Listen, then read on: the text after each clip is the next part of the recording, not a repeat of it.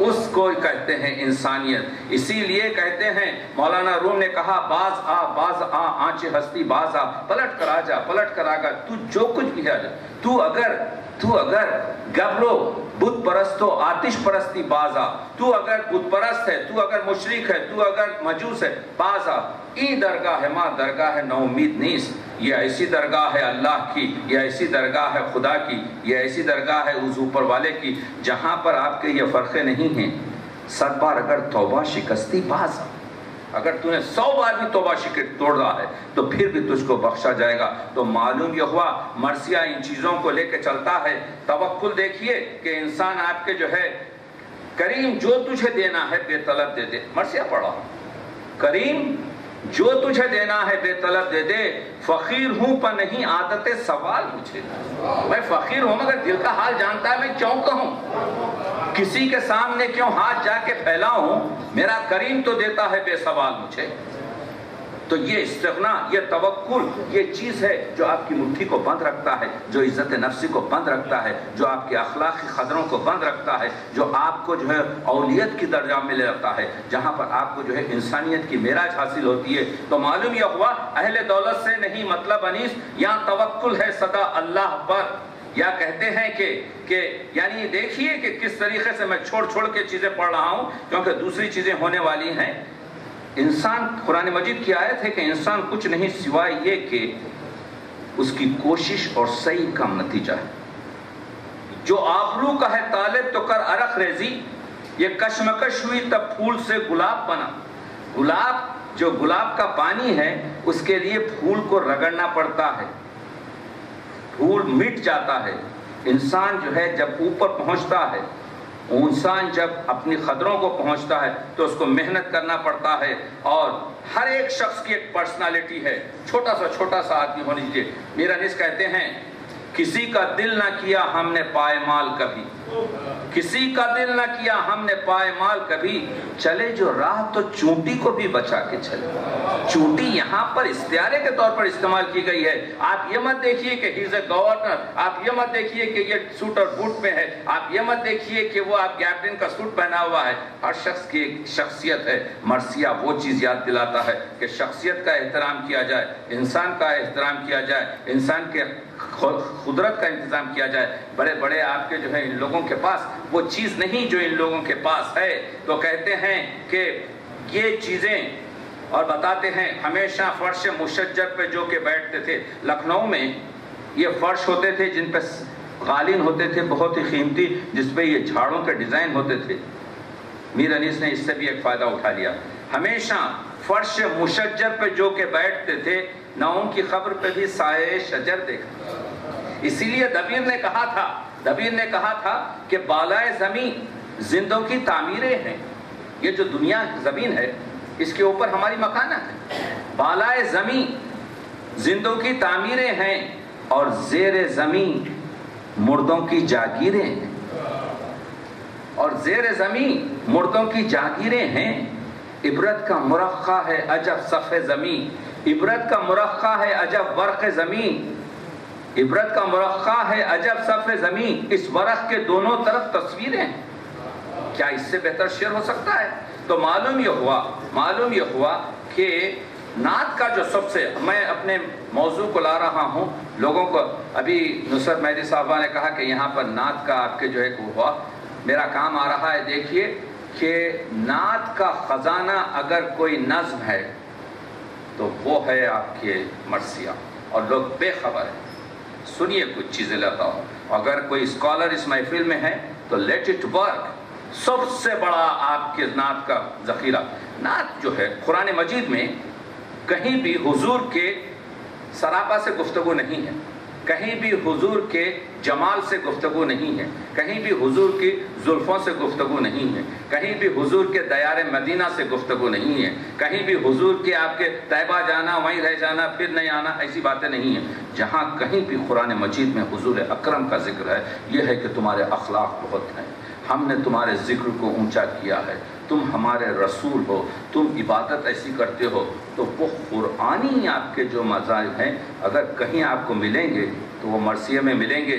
سنیے کیا کہتا ہے، اور جس طریقے سے آپ کے کچھ حمد کے شعر بھی سنیے، یہ میں مرثیہ پڑھ رہا ہوں جس کے لیے تاکید ہوتی ہے کہ مرثیہ ایک فرقے کی جائیداد ہے۔ اے جل شانہ وہ غفور الرحیم ہے، ہم سب ہیں درد مند وہ کل کا حکیم ہے۔ دبیر کو پڑھ رہا ہوں، رحمان و مستعان و رؤوف الرحیم ہے، اس کے سوا بھلا کوئی ایسا کریم ہے۔ ایمان بھی دے، مراد بھی دے، عز و جاہ بھی، روزی بھی بخشے، خلد میں بخشے گناہ بھی۔ آپ دیکھ رہے ہیں کیا درس ہے حمد میں۔ نعت پہ کہتے ہیں کیا کیا بیاں کروں میں عنایت کبریا، پیدا پیمبروں کو پہ رہبری کیا، ہم کو محمد عربی سا نبی دیا، بسم اللہ صحیفہ فہرست انبیاء، حضور کو بسم اللہ فہرست آپ کے انبیاء کہنے والا آج نعت کو شاید ہمارے پاس اس لیول کا نہیں ہے۔ آگے جو انبیاء اقتدار تھے، محبوب کردگار کے وہ پیشکار تھے۔ اب سنیے آپ کے جو ہے بعض چیزیں تاکہ آپ کو معلوم ہو کہ نعت ایسی نعتیں آپ نے شاید آپ کے جو ہے صرف آپ کی سیرت کے بارے میں مرثیہ کہے گا۔ وہ مرحمت، وہ خلق شہنشاہ خوش خصال کی جس سے بات اس کو مسرت ہوئی کمال، تھی سب پہ عام رحمت محبوب ذوالجلال، دیکھا جسے نگاہ کرم سے ہوا نہال، پایا یہ رتبہ خلق میں کس ذی وقار نے، خلق عظیم جس کو کہا کردگار نے۔ وہ انیس جس نے کہا تھا کہ یا رب میری شاعری کو عام کر دے، وہ شکوہ سواں ہے، کیا کہتا ہے، نا خدری عالم کی شکایت نہیں مولا، کچھ دفتر باطل کی حقیقت نہیں مولا، باہم گل و بلبل میں محبت نہیں مولا، میں کیا ہوں کسی روح کو راحت نہیں مولا، عالم ہے مقدر کوئی دل صاف نہیں ہے، اس عہد میں سب کچھ ہے بس انصاف نہیں ہے۔ بن کر رہا ہوں اپنے بات کو، صرف میں یہ کہنا چاہتا ہوں کہ مرثیے کی طرف توجہ ہو، اس وجہ سے کہ آفاقیت کا حامل ہے۔ دوسری چیز، مرثیہ کسی فرقے کی جائیداد نہیں ہے۔ مرثیہ جو ہے اپنی زندگی میں اس وجہ سے اپنائیے تاکہ مرثیہ سے بہت کچھ سیکھ سکیں۔ تیسری چیز، مرثیے میں جو انسانی اور آفاقی خطرے ہیں اس کو مختلف طریقے پر حزب و مراتب سے جو پیش کیا گیا ہے وہ آپ کو مرثیہ ہی میں ملیں گے۔ مرثیہ گنجینہ ہے، ذخیرہ ہے، بہت بڑا آپ کے سرمایہ ہے نعت کا۔ مرثیہ بہت عظیم شاہکار ہے حمد کا۔ مرثیے میں اگر بینیہ شعر ہیں تو وہ 8 یا 10 شعر سے 10% ہیں، اس کو پڑھنا چاہیں پڑھیں، اس کو نہ پڑھنا چاہیں نہ پڑھیں، وہ آپ کے جو ہے عقیدتی مسئلہ ہے۔ اس وجہ سے حدیث کو بھی پڑھیے، دبیر کو بھی پڑھیے، دوسرے شاعروں کو بھی پڑھیے۔ تو غالب نے صرف 3 بند لکھے تھے، اس کے بعد کہا بھائی ہم سے تو چلا نہیں گیا، اس وجہ سے کہ اس میں وہ قوت ہے۔ میر تقی میر کے مرثیے پڑھیں گے تو آپ کو معلوم ہوگا کہ میر تقی میر کے درمیان میں اس زمانے میں عزاداری کیسی ہوتی تھی، دہلی میں کیا لباس پڑھتے تھے آپ لوگ پہنتے تھے، کس طریقے سے آپ کے جو ہے تمام فرقے مل کر تمام قومیں مل کر ایک ہی صف میں کھڑے ہو گئے۔ محمود و ایاز آپ کو اگر کسی جگہ میں ملے گا تو وہ پھر آپ کے جو ہے مرثیے ہی کی آپ کی محفل ہوگی۔ تو محلے کا مطلب یہ ہے کیونکہ دوسرے لوگوں کو بھی بات کرنا ہے، اس وجہ سے میں چاہتا ہوں کہ اس بات کو تکمیل تک تو نہیں پہنچا سکتا۔ بات یہ ہے اگر دریا کا پانی شیرین ہو، پورا اگر کھینچا نہ جا سکے تو اتنا تو اپنے ساغر میں لے لیا جائے کہ کچھ پیاس بجھ سکے، ورنہ پھر شکریہ، خدا حافظ۔ ہم وہ ہیں جن کو وراثت میں ملی کرب و بلا، ہم وہ ہیں جن کو وراثت میں ملی کرب و بلا، جن کی نظروں میں فقط وہم و گما پانی ہے، ہم وہ پیاسے جنہیں سیراب کرے تشنہ لبی، ہم وہ دریا کے جہاں تشنہ تہاں پانی ہے۔ ڈاکٹر نصرت مہدی کے نشار کے ساتھ یہ سیشن یہیں ختم ہوتا ہے۔ اب ہم دوسرے سیشن کا آغاز کریں گے۔ اس سے پہلے میں آپ لوگوں سے کہہ دوں کہ آپ لوگ اپنے اپنے موبائلز کو آف کر دیجئے، کیونکہ اب جو مائکرو فون استعمال ہوں گے کارڈ لیس، تو اس میں بیپ آتی ہے، وہ ڈسٹرب ہوں گے۔ اور آپ اتنا اچھا پروگرام جو ہے مس کریں گے. اس وجہ سے آپ اپنے سب ہی اپنے موبائل سوئچ آف کر دیجیے. میں رشدہ مدھیہ پردیش اردو اکادمی محکمہ ثقافت کی جانب سے یہاں موجود تمام ادب نواز حضرات کا ایک مرتبہ پھر تہہ دل سے خیر مقدم کرتی ہوں، خوش آمدید کہتی ہوں. حاضرین، جو زمانہ لکھنؤ میں غزل کی ناسقیت کے عروج و تفضل و تاثیر کی نسبتاً فقدان کا زمانہ ہے، بہت سی دوسری اصناف میں فروغ و بالیدگی اور تاریخی تخلیقی تبدیلیوں کے اعتبار سے نہایت سرخیز زمانہ ہے. جس زمانے میں جہاں میکینکی اور غیر تخلیقی ناسقیت کی جکڑ بندی اپنے عروج کو چھو رہی تھی، مرثیہ، مثنوی اور داستان گوئی میں تخلیقی زرخیزی کے ایسے کارنامے وجود میں آئے جن کی کوئی نظیر نہ تو اس سے پہلے کے زمانوں میں ملتی ہے اور نہ ہی بعد کے زمانوں میں. حاضرین، اب میں باضابطہ طور پر دوسرے سیشن کا آغاز کرتی ہوں. آج ہمارے درمیان ایک ایسی اردو دوست موجود ہیں جن کے لیے اگر میں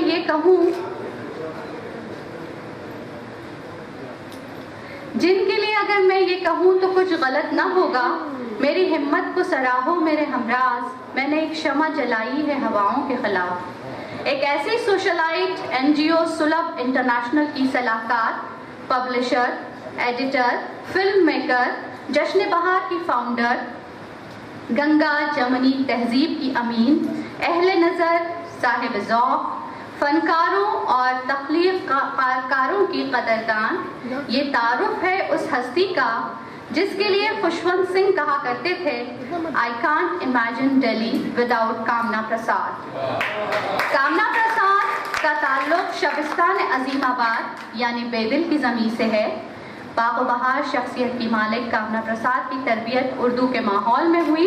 ان کے گھر میں آپس میں بات چیت کا انداز بڑا انوکھا ہوا کرتا تھا. وہ لوگ آپس میں قافیہ ملا کر بات چیت کرتے تھے. اردو سے بے پناہ محبت اس سے ظاہر ہوتی ہے کہ وہ کہتی ہیں، اردو کسی نواب کی جاگیر تو نہیں، اہل جنوں کے پاؤں کی زنجیر تو نہیں، ایک ربط کی زباں ہے تقصیر تو نہیں، اردو سے عشق کرنے پہ تعزیر تو نہیں. کامنا پرساد کا بڑا کارنامہ جشن بہار ٹرسٹ ہے جو 1991 میں عالمی مشاعرے 1991 سے عالمی آداب. دوستوں، ویسے آپ کا یہ جو شہر ہے، جھیلوں کا شہر، یہ اتنا ہی خوبصورت ہے جتنے کہ آپ لوگ. یہ شہر بھوپال ہندوستان کی مشترکہ تہذیب کا گہوارہ ہے اور اردو کا ایک اہم مرکز ہے. یہاں اردو فلسفہ حیات اور گنگ و جمن کا خلوص خود میں سمیٹے ہوئے ہے. یہ شہر ایک مدت سے ہند کے تہذیبی اور ادبی دل کی مانند دھڑک رہا ہے. علم و ادب، دوستی، قومی اتحاد اور محبت بھری تہذیب اس دل کی دھڑکنیں ہیں. تو آپ سب کی موجودگی اور اس محفل کی توانائی ہمیں مطمئن کرتی ہے کہ یہاں اردو زبان و ادب کی آبیاری کا سلسلہ جاری و ساری ہے. اردو کی ترویج اور ترقی کو نئی سمتیں عطا کرنے کے لیے ہم مدھیہ پردیش کی حکومت کو مبارکباد پیش کرتے ہیں. اور اردو کی خوبصورتی جب ایک شکل میں ڈھلتی ہے تو ہم اسے معروف شاعرہ ڈاکٹر نصرت مہدی کے نام سے پہچانتے ہیں. ہم انہیں اور اکادمی کو مرثیہ جیسی اہم صنف ادب پر مبنی اس یونیک لٹریری پروگرام کے انعقاد کے لیے بدھائی دیتے ہیں. بھائی تغی عابدی کے لیے کیا کہیں، بس یہ کہ بھگوت گیتا میں کرشن کہتے ہیں کہ ایکو اہم دویتیو نا استی نہ بھوتو نہ بھوشیتی. تو بس میں ہوں اور پہلے بھی کوئی ایسا نہیں تھا اور آگے بھی نہیں ہوگا. تو جب بھی ان سے ملتے ہیں میرے علم میں اضافہ تو ہوتا ہے پر تشنگی باقی رہ جاتی ہے. اور کل ہم ماموں حمید کے پروگرام میں گئے تھے. اب ایسا کہاں سے لائیں کہ تجھ سا کہیں جسے.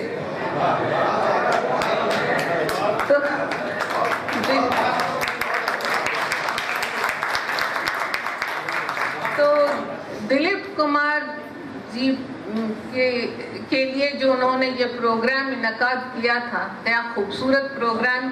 ہم لوگ بالکل تر و تازہ ہو کے نکلے وہاں سے، حالانکہ تھکے ہوئے آئے تھے ہم، اور تغیر بھائی وہاں ایک پروگرام سے لکھنؤ سے آ رہے تھے. تو بس یہ کہ دلیپ کمار اگر دنیا میں ایک ہیں تو ماموں بھی ایک ہی ہیں. تو ہم دعا کرتے ہیں کہ آپ اس طرح کی محفلیں سجاتی رہیں اور اردو کو فروغ ملتا رہے. دوستو، آج ہم آپ کی محفل میں ہندوستان میں اردو مرثیے کے ادبی سفر کے کہانی بیان کرنے کے لیے حاضر ہوئے ہیں. ویسے کہانی عمر بھر کی ہے اور جلسہ بس رات بھر کا. تو کربلا سے کاشی تک کا مرثیے کے ارتقاء کا سفر طویل ہے اور وقت مختصر. ہمیں کوزے میں دریا سمیٹنے کا کام دیا ہے انہوں نے، تو مختصر سے وقت میں جشن بہار آپ سب کو ایک طویل سفر پر لے چلے گا.